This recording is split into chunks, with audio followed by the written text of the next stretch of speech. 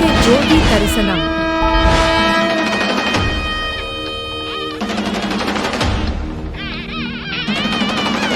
உடனே சப்ஸ்கிரைப் செய்து இந்த ஆன்மீக பயணத்தில் எங்களுடன் இணைந்து கொள்ளுங்கள். ஏழாவது தலமாக விளங்கக்கூடிய திரு ஆனைக்காவல்.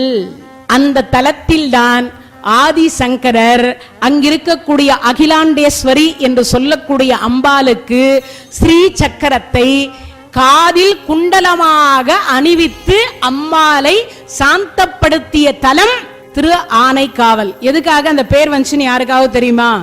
நீர்த்தலம் என்று சொல்லக்கூடியது திரு ஆனைக்காவல். பஞ்சபூத தலங்கள் சொல்றோம் இல்லையா? நெருப்பு தலம் திருவண்ணாமலை, அதுக்கப்புறம் ஆகாயத்தலம் சிதம்பரம், காஞ்சிபுரம் மண் தலம், காளகஸ்தி வாயு தலம். நீர்த்தலம் எது? திரு ஆனைக்காவல். அங்க இருக்கக்கூடிய இறைவன் மீது என்ன சொட்டிக்கிட்டே இருக்கும்? தண்ணி சொட்டிக்கிட்டே இருக்கும், மேல விழுந்துகிட்டே இருக்குமா. ஜம்புகேஸ்வரர், அவருடைய ஜலகண்டேஸ்வரர் என்பது நாமம் கிடையாது. சமீபத்தில் வைத்த பெயர் மேல நீர் விழுந்துகிட்டே இருக்குன்றதுக்காக வைக்கப்பட்டது ஜலகண்டேஸ்வரர்னு. அவருடைய திருநாமம் என்று சொல்லக்கூடியது சோழ மன்னன் என்று சொல்லக்கூடியவர் வைத்தது ஜம்புகேஸ்வரர் அகிலாண்டேஸ்வரி என்கின்ற நாமம் தான். ஞான பீடம், அம்பாளுக்கு 4 வேதத்தை உரைத்த ஒரு தலம். அந்த தலம் என்ன தலம்? அம்பாளுக்கு ஞான உபதேசம் என்று சொல்லக்கூடிய 4 வேதத்தை அந்த தலத்தில் தான் உபதேசனை செய்தார். யாரு? சிவபெருமானாக இருக்கக்கூடியவர் அந்த தலத்தில் தான் 4 உபதேச வேதத்தை உபதேசனை செய்ததனாலே அகிலாண்டேஸ்வரி என்கின்ற நாமத்தை பெற்றால். ஞானம் என்று சொல்லக்கூடிய அம்பாளுடைய வலது காது என்று சொல்லக்கூடிய விழுந்த இடம் திரு ஆனை காவல் என்று சொல்லக்கூடிய அந்த தலம் என்று சொல்லப்படுகிறது. அதற்கு பிறகு அங்கிருக்கக்கூடிய சோழ மன்னர் ஒரு முறை போய் காவேரியில நீராடினார். கழுத்தில் இருக்கக்கூடிய முத்தாரம் நீச்சல் விளையாடுற பொழுது ஆத்தோட போயிடுச்சு. அவர் சிவார்ப்பணம்னு கோபுரத்தை பார்த்து வணங்கிட்டார்.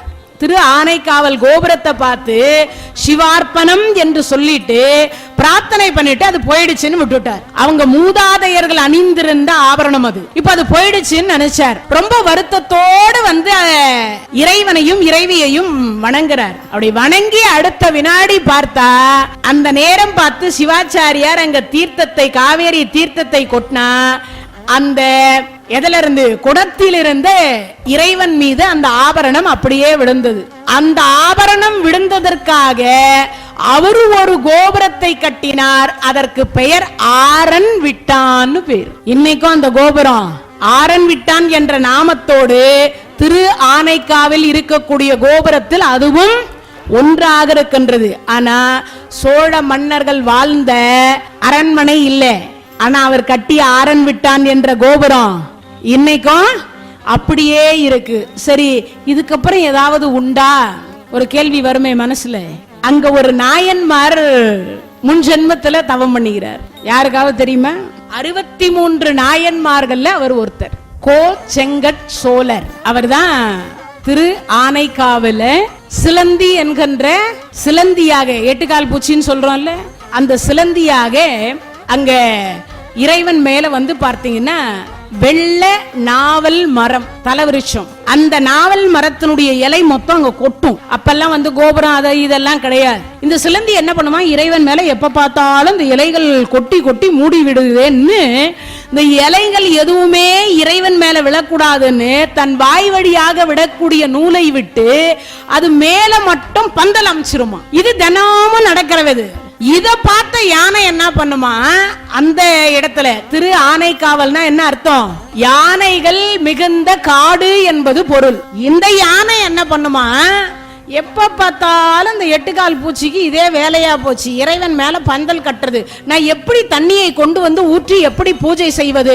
அதை பிச்சி போட்டுட்டு இது வாயில கொண்டு தும்பிக்கையால தண்ணியை கொண்டு அது மேல அப்படியே அபிஷேகம் பண்ணும். இது தினமும் நடந்துட்டு இருக்கு. ஒரு நாள் இந்த சிலந்திக்கு கோபம் வந்துட்டு, தினமும் நான் கட்டி வைக்கிறேன், இந்த இலை விழக்கூடாதுன்னு. இந்த யானை வருது, நேரா அதை பிச்சு போட்டுட்டு தண்ணியை ஊத்திக்கிட்டு இருக்கு. இந்த யானை உயிரோட இருக்கிறதுனால தான் இந்த பிரச்சனை. இந்த யானையை என்ன பண்றேன் பாருன்னு நேரா தும்பிக்கைக்கு உள்ளர போய் அந்த தும்பிக்கையை கடிச்சது. சாதாரண அவ்வளோ பெரிய யானை தானே, ஆனா தும்பிக்கைக்குள்ளேயோ காதுக்குள்ளேயோ கட்டெரும்பு போனால் கூட யானையால உயிருடன் இருக்க முடியாது.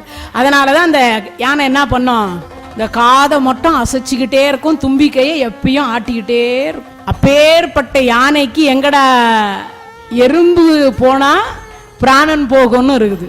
விதி பாருங்க, இறைவனுடைய படைப்பே வித்தியாசமானது. இப்போ இந்த தும்பிக்கையில போன உடனே அதை கடிக்க ஆரம்பிச்ச உடனே தரையில அடித்து அடித்து அடித்து அடித்து யானை இறந்து போச்சு. இப்ப அந்த தும்பிக்கை அடிச்சதுனால அந்த உள்ள இருக்கக்கூடிய சிலந்தியும் இறந்து போயிட்டது. யானைக்கு இறைவன் திரு கைலாய பதவி கொடுத்துட்டார். இந்த சிலந்தியை சொன்னார், அப்பா நீ சோழ நாட்டில் கோச்செங்கர் சோழனாக பிறக்க கடவது அப்படின்னு வரம் கொடுத்துட்டு. இப்போ சோழ நாட்டை ஆண்ட மன்னர்கள்ல சுபதேவர் என்று சொல்லக்கூடியவரும் அந்த மன்னருடைய மனைவியாக இருக்கக்கூடியவர் கமலவதியார் என்பது பெயர். இவங்களுக்கு கல்யாணம் ஆயிடுச்சு. 10 ஆண்டு காலத்திற்கு மேல குழந்தை பாக்கியம் இல்லை. ஏற்கனவே சொன்னேன், குழந்தை பாக்கியம் இல்லாததுக்கு மூதாதையர்களுக்கு திதி கொடுக்கலன்னா குழந்தை இருக்காது. 2வது காரணம் என்ன தெரியுமா, குலதெய்வத்தை வழிபாடு செய்யலன்னா குழந்தை பாக்கியம் இருக்காது. அப்பன்னா எல்லாரும் என்ன பண்ணணும், வாழ்க்கையில ஒரு முறையாவது, வருஷத்திற்கு ஒரு முறையாவது குலதெய்வத்திற்கு பூஜை செய்ய வேண்டும். முக்காவாசி குலதெய்வம் என்னவா இருக்கும், பெண் தெய்வம் தான் இருக்கும். ஆண் தெய்வம் வருவதற்கு வாய்ப்புகள் குறைவு. குலத்தை வாழ வைக்கக்கூடிய தெய்வம் குலதெய்வம். அப்பனா என்ன அர்த்தம், அம்மா தான் கருவை சுமக்க முடியும்னு அர்த்தம். இதுல இருந்தே தெரிஞ்சிருக்கும். சில பேர் சொல்றோம்ல, முனீஸ்வரர் குலதெய்வம், திருப்பதி வெங்கடாஜலபதி குலதெய்வம், முருகப்பெருமான் குலதெய்வம், நிச்சயமா இருக்கிறதுக்கு வாய்ப்பு இல்ல. அப்படின்னா என்ன அர்த்தம், அப்பனை கும்பிடுறமே தவிர அம்மாவை விட்டுறோம்னு அர்த்தம். முனீஸ்வரராக இருந்தால் பச்சையம்மன் தான் குலதெய்வம். இது எல்லாரும் தெரிஞ்சு வச்சுக்கணும்ன்றதுக்காக சொல்றேன். அதே மாதிரி பெரியாண்டவராக இருக்கக்கூடியவர் குலதெய்வம்னா பெரியாண்டச்சி தான், அங்கால பரமேஸ்வரி என்று சொல்லக்கூடிய பெரியாண்டச்சி தான் குலதெய்வமா இருக்கணும். முருகப்பெருமான் தான் குலதெய்வம்னா வள்ளி தெய்வ யானை என்று சொல்லக்கூடிய அம்பாள் தான் குலதெய்வமா இருக்கணும். திருப்பதி வெங்கடாசலபதி தான் குலதெய்வம் அப்படின்னு சொன்னா பத்மாவதி தாயார் தான் குலதெய்வம் என்பதை புரிந்து கொள்ள வேண்டும். அவருடைய மனைவி தான் குலதெய்வமா இருக்கணும். அதனால முதல்ல அம்மாவை வணங்கிட்டு அதுக்கப்புறம் தான் அப்பாவை வணங்கணும். தில்லை நடராஜர் தான் குலதெய்வம்னா தில்லை காளி தான் குலதெய்வம் என்பதை புரிந்து கொள்ளணும். ஏன்னா மாதா பிதா குரு தெய்வம் முதல்ல இருப்பது அம்மா தான் முதல்ல. அதனால குலதெய்வம் என்பது மாறுபாடு. ஏன்னா நிறைய பேருக்கு இந்த விஷயம் தெரியாதனால அப்பனை முதல்ல கும்பிடுறோம், அம்மாவை 2வது கும்பிடுறோம். ஆனா இனிமேல் அதை மாற்றிக்கொள்ளணும்.